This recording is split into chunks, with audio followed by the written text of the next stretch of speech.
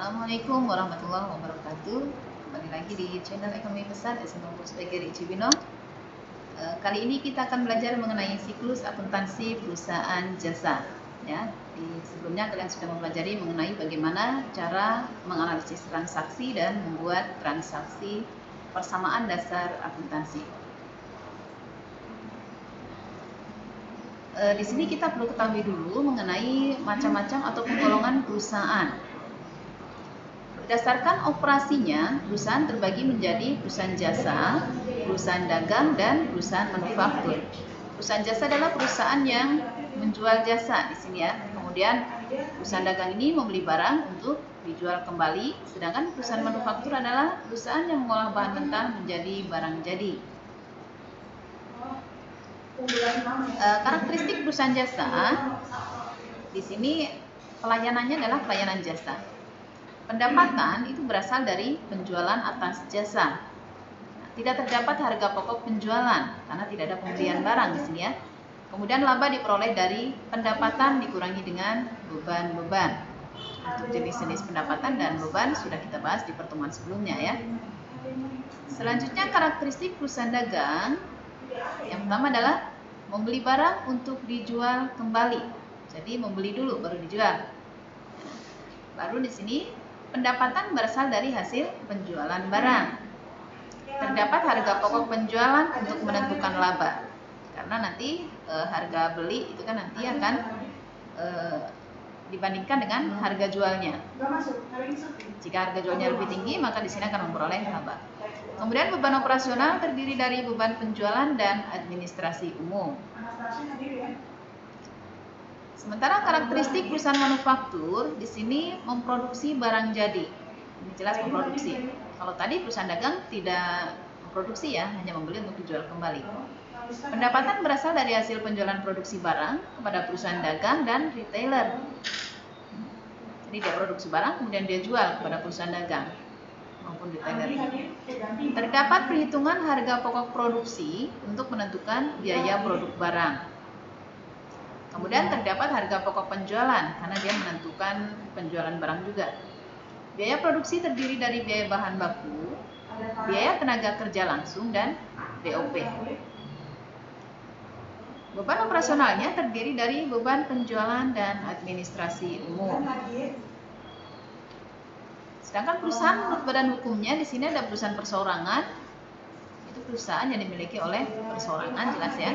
Kalau firma ini gabungan dari beberapa perusahaan dengan atas nama bersama. Kemudian kalau CV ini gabungan dari beberapa perusahaan, beberapa orang juga bisa di situ ya. Jadi di sini yang ada sekutu aktif dan sekutu aktif pasif. Sekutu aktif ini yang mengelola, sementara sekutu pasif ini yang hanya memberikan modalnya saja. Perseroan terbatas ini perusahaan yang modalnya dalam bentuk saham. Jadi siapa yang memiliki saham maka dia akan menjadi pemilik perusahaan. Dan yang terakhir adalah koperasi. Koperasi ini lembaga atau organisasi yang anggotanya adalah orang perorangan ataupun koperasi yang untuk menjalankan usaha bersama. Tahapan dalam proses akuntansi terdiri dari tahap pencatatan dan penggolongan, pengikhtisaran atau peringkasan, dan tahap pelaporan. Nanti kita akan bahas satu persatu setiap materinya ya. Nah, ini analisis transaksi terhadap akun atau mekanisme debit dan kredit. Nah, yang kalian harus tahu dulu, debit itu artinya pencatatan di sebelah kiri dan kredit itu pencatatan di sebelah kanan. Ya. Nah, ini ketentuannya, ini sudah menjadi rumus. Jika harta bertambah, maka dia akan dicatat di debit atau sebelah kiri. Jika berkurang, akan dicatat di sebelah kanan atau kredit. Saldo normal ini menunjukkan ketika akun-akun bertambah. Jadi kalau harta bertambah debit, maka saldo normalnya adalah debit. Akumulasi penyusutan ini termasuk jenis harta tetapi sifatnya mengurangi, sehingga jika bertambah dia posisinya akan di kredit atau di kanan. Jika berkurang berarti kebalikannya debit. Saldo normalnya adalah kredit saat dia bertambah, ya. Yang ketiga, hutang atau liabilitas. Jika bertambah akan dicatat di kredit atau sebelah kanan. Jika berkurang di sebelah kiri atau debit. Saldo normalnya ketika dia bertambah, berarti di sini kredit. Selanjutnya modal. Modal jika bertambah akan dicatat di sebelah kredit atau kanan. Ya. Jika berkurang, debit sebelah kiri. Saldo normalnya adalah ketika bertambah, yaitu kredit. Untuk prive, jika bertambah, prive ini kan kebalikan dari modal. Sehingga kalau modal bertambah kredit, prive itu bertambah debit, karena kebalikannya. Jika berkurang, maka kebalikannya juga kredit. Saldo normal ini ketika bertambah, sehingga saldonya debit. Pendapatan ini akan menambah modal, sehingga posisinya akan sama dengan modal. Kalau modal bertambah kredit, pendapatan pun mengikuti bertambah kredit, berkurang debit. Saldo normal sama ketika bertambah kredit.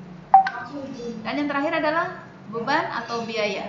Beban ini kan akan mengurangi modal. Jadi posisinya berkebalikan dengan modal.